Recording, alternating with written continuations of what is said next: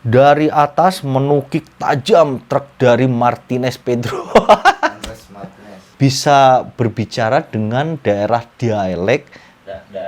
Mereka tidak mendapatkan petunjuk sedikit pun apapun. pun.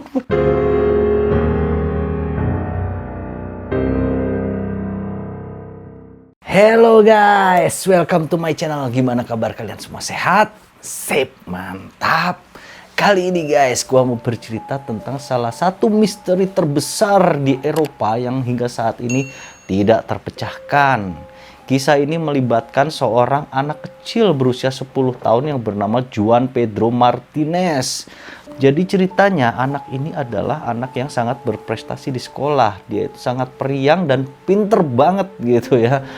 Sedangkan bapaknya itu bernama Andres Martinez dan ibunya bernama Carmen Gomez. Bapaknya ini adalah seorang supir truk ya. Biasa dia disewa untuk mengantarkan barang-barang seperti itu. Sedangkan ibunya, si Carmen ini adalah seorang ibu rumah tangga biasa saja. Suatu ketika Joan Pedro cilik ini ya, dia umur 10 tahun ini, dia meraih nilai yang sangat bagus di sekolahnya. Hingga bapaknya ini punya inisiatif untuk mengajak anaknya ini untuk berwisata, jalan-jalan gitu. Nah, pada suatu ketika dia mengajak anak dan istrinya untuk jalan-jalan. Hal ini terjadi pada tanggal 24 Juni tahun 1986. Pada hari itu memang bertepatan dengan bapaknya ini harus mengantarkan barang ke daerah kota Bilbao ya, itu daerah di Basque Utara Spanyol gitu.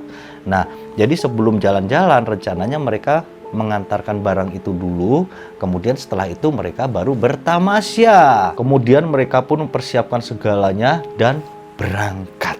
Tapi sebelumnya tahu nggak guys, jadi barang yang harus diantarkan oleh ayahnya Pedro ini itu adalah asam sulfat sebanyak 5.200 galon.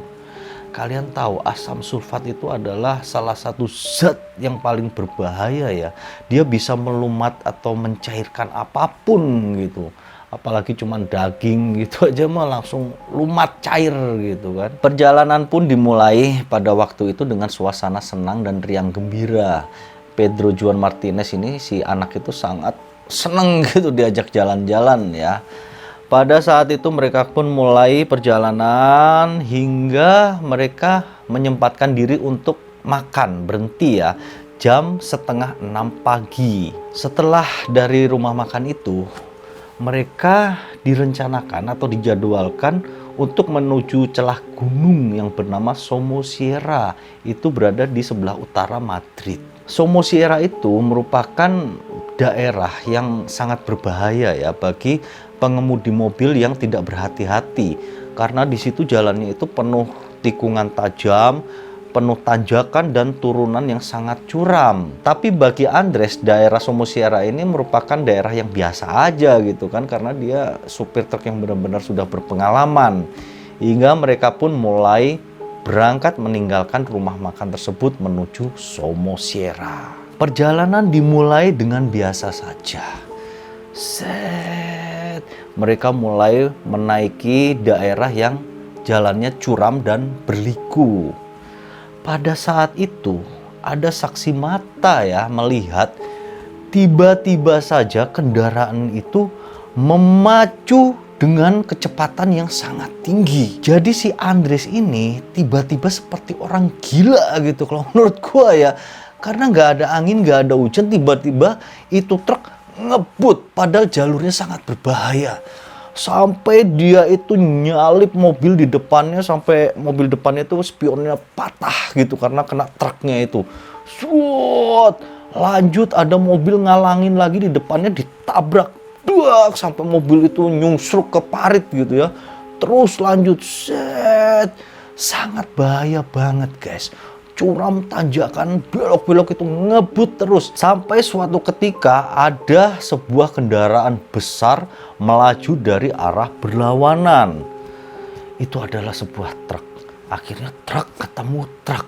Jalanan agak sempit. Akhirnya tabrakan pun tidak terhindarkan. Dari atas menukik dengan kecepatan tinggi truk dari Andres Martinez. Dari bawah truk lainnya. Tabrakan pun tidak terhindarkan. itu tabrakan kenceng banget ya, sampai truk dari Andres ini terbalik dan tangki yang berisi asam sulfat 5.200 galon itu pecah dan berceceran semua ke jalanan, menyebar semua. Itu udara dari zat beracun itu mulai tercium sampai mana-mana ya. Itu kan baunya itu tajam banget gitu loh. Zat berbahaya. Hingga setelah itu tidak lama kemudian polisi pun langsung datang menuju tempat kejadian. Polisi langsung mencari keberadaan dari para korban. Cari gitu. Akhirnya mereka menemukan mayat dari Andres dan istrinya si Carmen ini sudah meninggal. Jadi mereka rupanya meninggal karena menghirup asam beracun ya, uap dari asam beracun, asam sulfat itu. Dan sebagian tubuh dari mereka telah larut terkena cairan asam itu. Jadi memang polisi ini bisa melihat para korban ini dari kejauhan saja gitu, karena truk itu sekitarnya udah banyak cairan asam sulfat kan. Akhirnya untuk mengendalikan situasi ya, para polisi ini langsung menetralkan asam sulfat ini dengan cara mereka menimbunin cairan itu dengan pasir dan kapur. Di samping itu juga mereka mencegah agar asam sulfat ini tidak sampai mengalir ke sungai yang berada di dekat kejadian. Setelah mereka bisa mengendalikan ya dari cairan asam sulfat ini, polisi akhirnya mendekati kabin dari truk. Di situ seperti sudah gue bilang tadi ya, orang tua dari Juan Pedro ini sudah setengah badannya larut oleh cairan asam sulfat dan mereka sudah meninggal di tempat.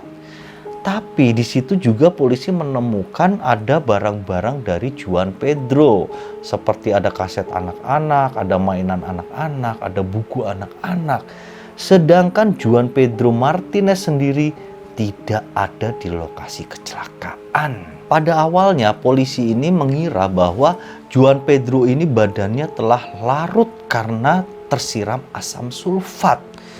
Tapi tim forensik dari kepolisian sendiri itu membantah. Mereka bilang tubuh atau daging manusia itu tidak mungkin larut meskipun tubuh tersebut diceburin ke dalam larutan asam sulfat. Pasti ada sisanya berupa tulang atau rambut gitu kan. Ini mah sama sekali hilang gitu loh. Apalagi kejadian dan polisi datang ya, itu rentang waktunya itu nggak lama gitu. Jadi begitu kejadian langsung polisi mendapat kabar, mereka langsung datang. Padahal untuk pelarutan sebuah tubuh, apalagi satu tubuh itu ya, memerlukan waktu yang lama, bisa sampai setengah harian seperti itu. Di samping itu juga hal ini diperkuat dengan ada saksi yang melihat bahwa pada saat sebelum kejadian mereka melihat ada Juan Pedro ini berada di antara orang tuanya di dalam kabin truk.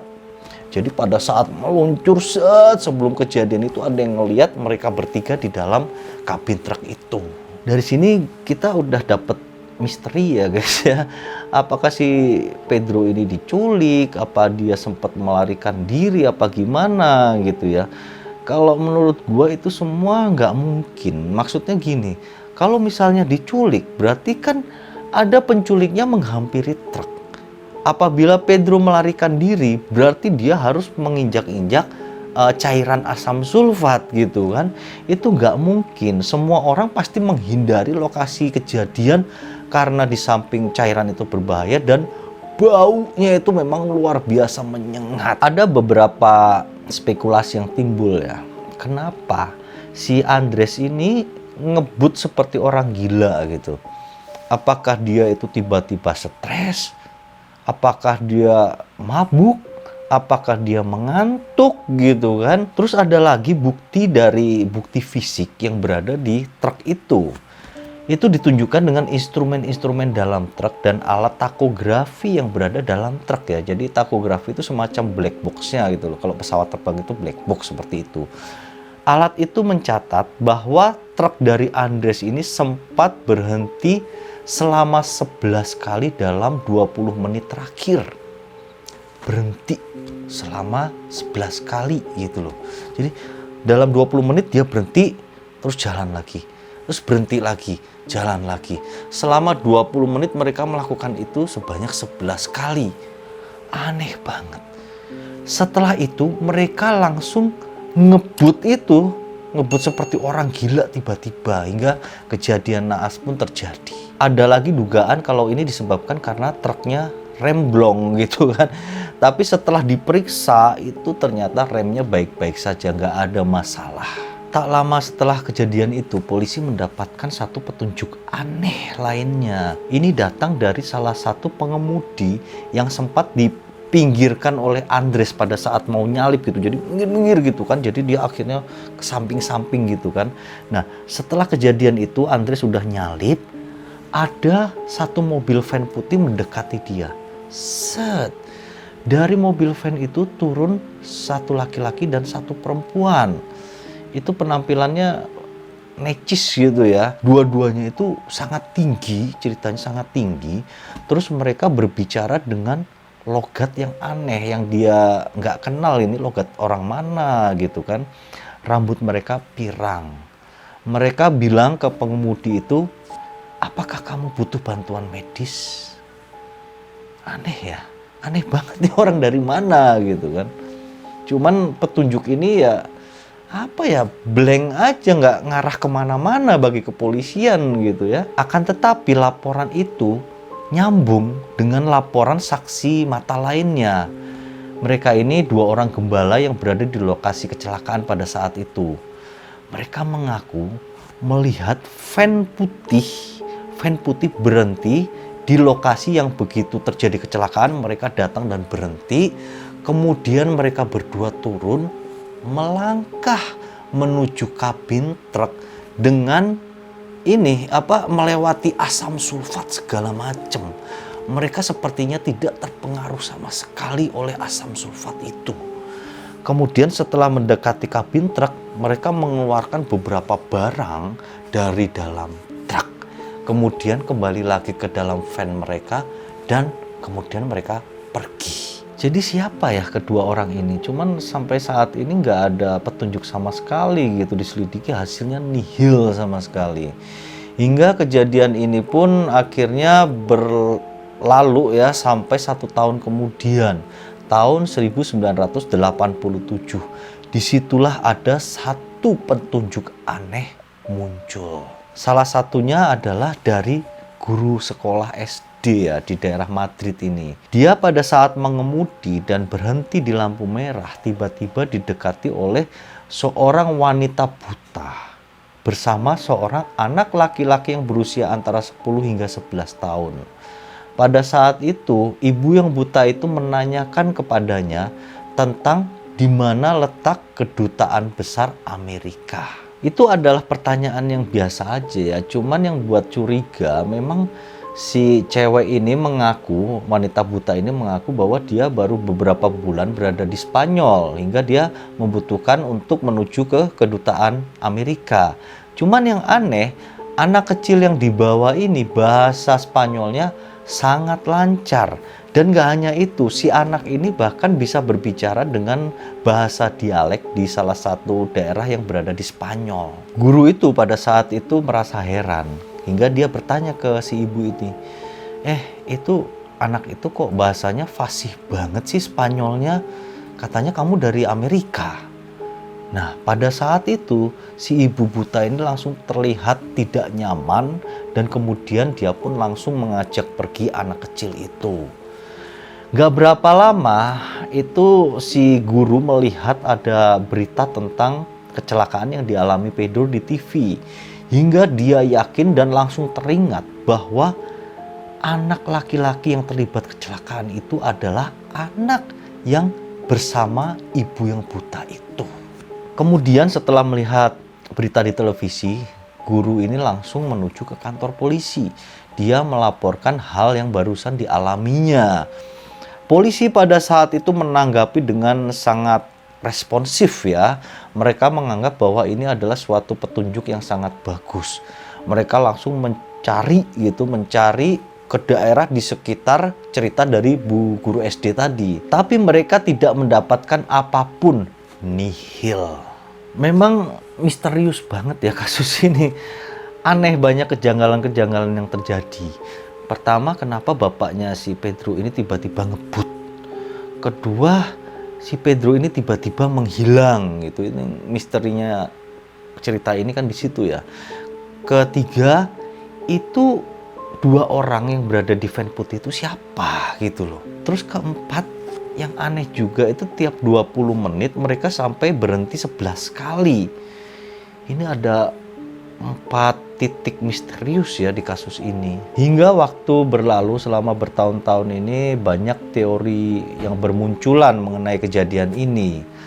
Salah satunya yang paling santer itu ya adalah teori bahwa Andres atau bapaknya Juan Pedro ini adalah seorang pengedar narkoba. Jadi dia sedang berselisih atau sedang dikejar-kejar oleh para gembong narkoba karena mempunyai sesuatu masalah gitu ya. Makanya dia tiba-tiba ngebut gitu sampai nabrak. Nah, sedangkan dua orang yang dari van putih itu adalah para gembong narkoba atau anggota narkoba yang mengambil barang mereka yang berada di kabin truk. Itu adalah salah satu teori yang paling kenceng dihembuskan saat itu. Kemudian ada lagi versi lain yang mengatakan bahwa Juan ini telah diculik oleh para gembong narkoba gitu ya. Hingga Andres ini pun langsung mengejar. Itulah yang menjelaskan kenapa Andres ini menyupir dengan cara liar secara tiba-tiba. Ada juga yang mengatakan kalau si Andres ini dia itu mengalami gangguan mental gitu ya. Jadi semacam episode medis yang menyebabkan dia tiba-tiba berlaku gila gitu. Kemudian setelah terjadinya kecelakaan, Juan Pedro pun sempat keluar dari truk ini selamat. Dia lari untuk mencari bantuan, akan tetapi dia kemudian tersesat. Ada juga spekulasi liar yang menyebutkan kalau Pedro ini memang benar selamat dari kecelakaan dan dia berada di suatu tempat karena mencari bantuan.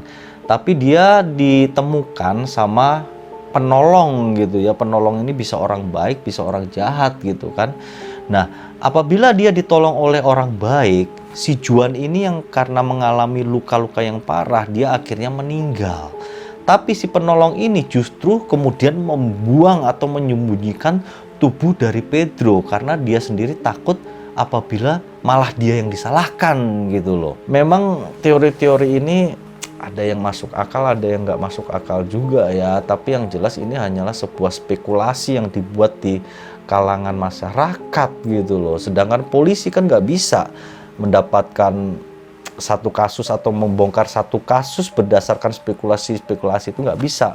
Mereka harus berdasarkan bukti yang nyata gitu loh. Dan memang sampai saat ini kasus dari Juan Pedro Martinez ini tidak terpecahkan dan menjadi salah satu kasus misteri hilangnya seseorang yang terbesar di Eropa.